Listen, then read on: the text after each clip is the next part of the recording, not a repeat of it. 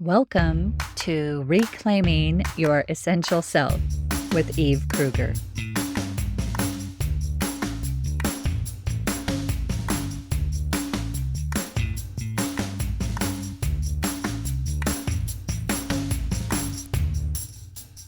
You know that feeling you've been having where you look at the news and think, how can people see things so differently? Are we even living in the same reality? I want to tell you something that might bring relief. You're asking exactly the right question. We're not all living in the same reality. And ancient Vedic philosophy explains why in a way that's more sophisticated than anything you'll hear in political science. I'm Eve, and I've spent about 30 years studying Vedic sciences, not as museum pieces, but as a living wisdom for navigating exactly this kind of confusion. Today, I want to share something that changed how I understand the political chaos we're experiencing. I was reading The Atlantic recently, and there was this paragraph that stopped me cold. The writer was explaining that if you want to understand any political leader, you just need to ask, are they a Locke person or a Hobbes person? Now, if you took Political Science 101, you know these two 17th century philosophers. John Locke thought humans were basically capable of reason and moral judgment. This is the foundation of democracy. Thomas Hobbes thought we were vicious creatures who needed a strong king to protect us from ourselves. And the writer's point was, this really does determine what kind of government a leader wants. And here's what made me sit up. Vedic philosophy has something to say about this that goes so much deeper. See, both Locke and Hobbes are doing what Western philosophy tends to do. They're picking a side. Human nature is either this or that, reasonable or vicious, capable of self-governance or needing authoritarian control. But Vedic philosophy says both are true and neither is fixed. Let me explain. In Vedic understanding, there are three fundamental qualities of consciousness called the Gunas. We all move through these qualities. You're not one thing. Your consciousness shifts. Sattva is clarity, wisdom, harmony. When you're operating from Sattva, you are what Locke described. You're capable of moral reasoning. You can self-govern. You naturally align with what's right. You don't need someone forcing you to be good. You're connected to Dharma, to natural law arising from your own wisdom. Rajas is passion, ambition, restlessness. This is where most politics actually lives. It's strategic thinking, self-interest, competition, not evil, but not particularly wise either. It's the realm of making deals, jockeying for position, manipulating outcomes. Tamas is density, fear, confusion, inertia. And this is Hobbes territory. When Tamas dominates, either in individuals or collectively, there genuinely is a brutish, self-destructive quality. People operating from Tamas do need external controls because they're disconnected from their own inner wisdom. Here's why this helps with your political confusion. A Hobbesian leader isn't necessarily wrong about human nature. They're describing the reality they themselves are perceiving through. When you're steeped in tamas, in fear, in seeing threats everywhere, everyone does look vicious. Your consciousness literally cannot perceive the goodness Locke was pointing to. You're not lying or being manipulative. You genuinely can't see it. The world you perceive is brutal and chaotic because that's the lens of your own consciousness. And it becomes a self-fulfilling prophecy, right? Govern people as if they're dangerous animals, create systems based on that assumption, and you'll bring out exactly that quality in them. The reverse is also true. A purely Lockean approach, people are reasonable, let's just trust the process, that only works if the population has sufficient sattva to self-govern. Try to govern tamasically conditioned people with pure Lockean principles, and you get chaos. The system collapses. This is what's so brilliant about the Vedic view. Different people are experiencing different human natures based on their consciousness. The person operating from Sattva looks around and genuinely sees human capability, creativity, and goodness.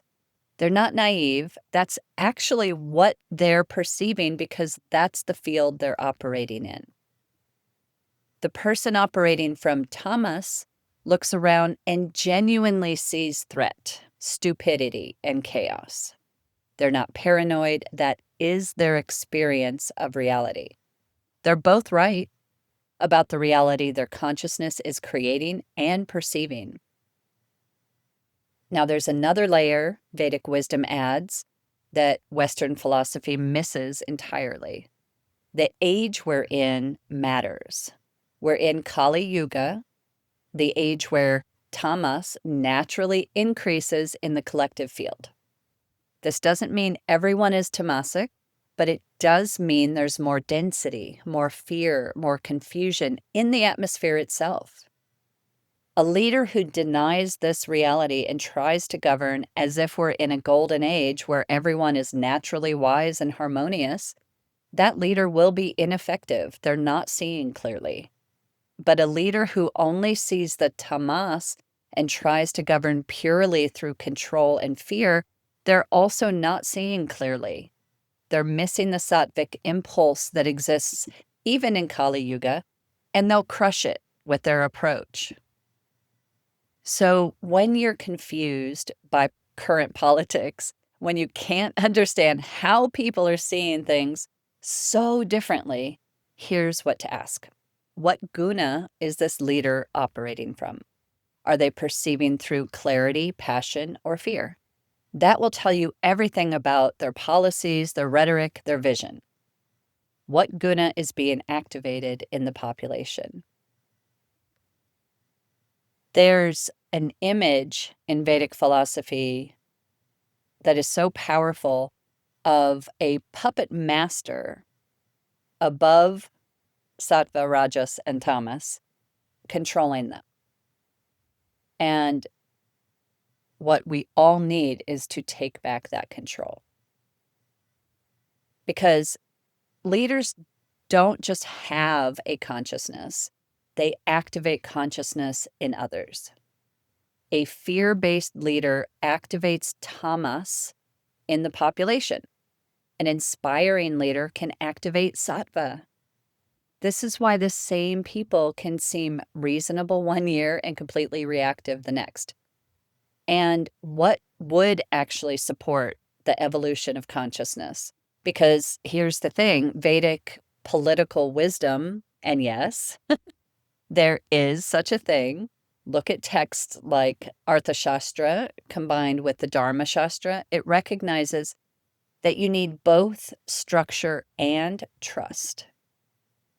But you have to apply them with discernment based on actual conditions. You can't just pick Locke or Hobbes and call it done. You have to ask, where is the consciousness right now? What does this moment require? The confusion people feel about politics isn't because the situation is confusing. It's because we're trying to apply a simplistic framework, are people good or bad, to something that's actually about consciousness. And here's what the Vedic view offers that's genuinely hopeful. Consciousness can shift. You're not stuck in Tamas. A population isn't doomed to brutality, but consciousness doesn't shift through political arguments or policy debates. It shifts through practices that directly address consciousness itself. This is why Vedic wisdom always emphasizes meditation, self-inquiry, ethical living, connection to nature, proper diet, things Western politics barely considers. You can have perfect Lockean institutions, but if the population is predominantly Tamasic, they'll corrupt or destroy those institutions. Equally, you can have Hobbesian controls, but they'll crush the Sattvic impulse and create the very brutality they claim to prevent. So, the next time you're watching the news and feeling that despair of how can people not see what I'm seeing? Pause. They're not seeing what you're seeing because they're literally not perceiving through the same consciousness you are. And that's not a dead end. That's actually information. It tells you that political change without consciousness change is just rearranging deck chairs, right? It tells you that your own practice, your silence, your meditation, your self-inquiry, your movement towards sattva, that's not separate from the political. It is the political work. And it tells you that when you're in conversation with someone who sees things completely differently, you're not just dealing with different opinions. You're dealing with different states of consciousness, which means the conversation that's needed isn't about convincing them of facts. It's about, well, that's probably another podcast. For now, just know the Vedic sages understood something that Locke and Hobbes missed.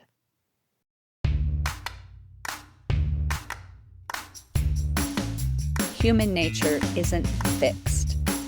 Consciousness evolves. And the most radical political act you can engage in is your own transformation. Thank you for listening. I'm Eve, and this is the kind of wisdom we work with at Sattva.